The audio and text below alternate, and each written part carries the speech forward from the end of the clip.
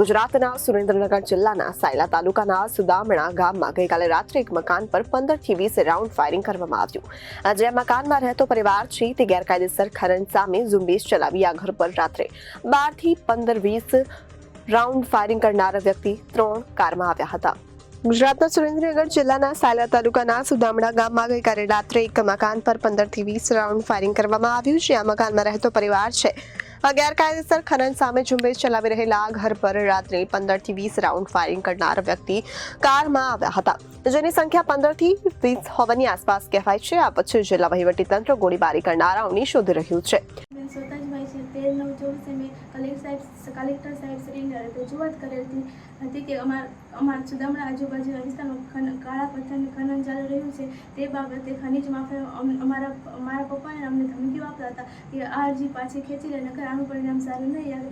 એ બાબતે અમે સાયલા પોલીસ સ્ટેશને અમે FIR દર્જ કરાવવા ગયા ત્યારે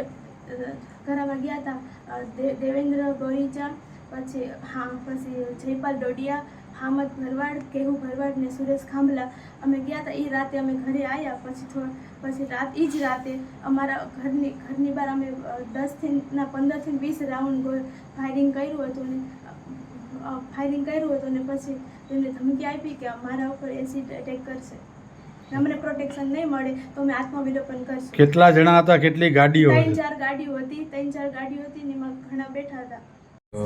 સોતાજ યાદવ છે, એમના ઘર ઉપર, એમની ગાડી ઉપર 9 રાઉન્ડ ફાયર થયેલા છે। એમાં એમના પરિવારને કે એમના કોઈ સભ્યોને ઈજા નથી થયેલી।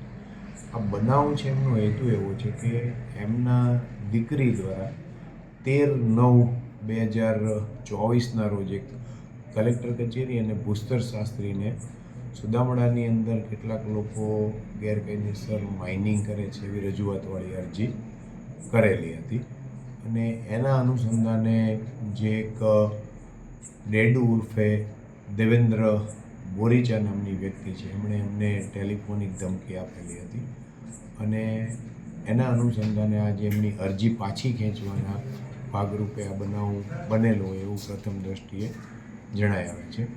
અને અરજદાર દ્વારા જે કંઈ એમણે અરજી કરેલી હતી એ અરજી ભૂસ્તર શાસ્ત્રીને કરેલી હતી અને એ અરજીનું જે ખાર રાખી અને આ પ્રકારનો બનાવ બન્યો છે।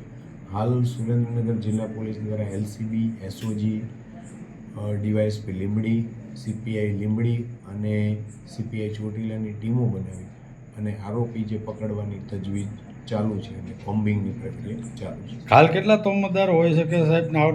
એમની જે ફરિયાદ ની કાર્યવાહી હાલ ચાલુ છે એમાં એક વ્યક્તિને એ લોકો જોયેથી ઓળખે છે, એટલે આજે દેવેન્દ્ર ઉર્ફે ડેડુ ભરત બોરી છે અને એમની સાથે અન્ય આરોપીઓ હતા।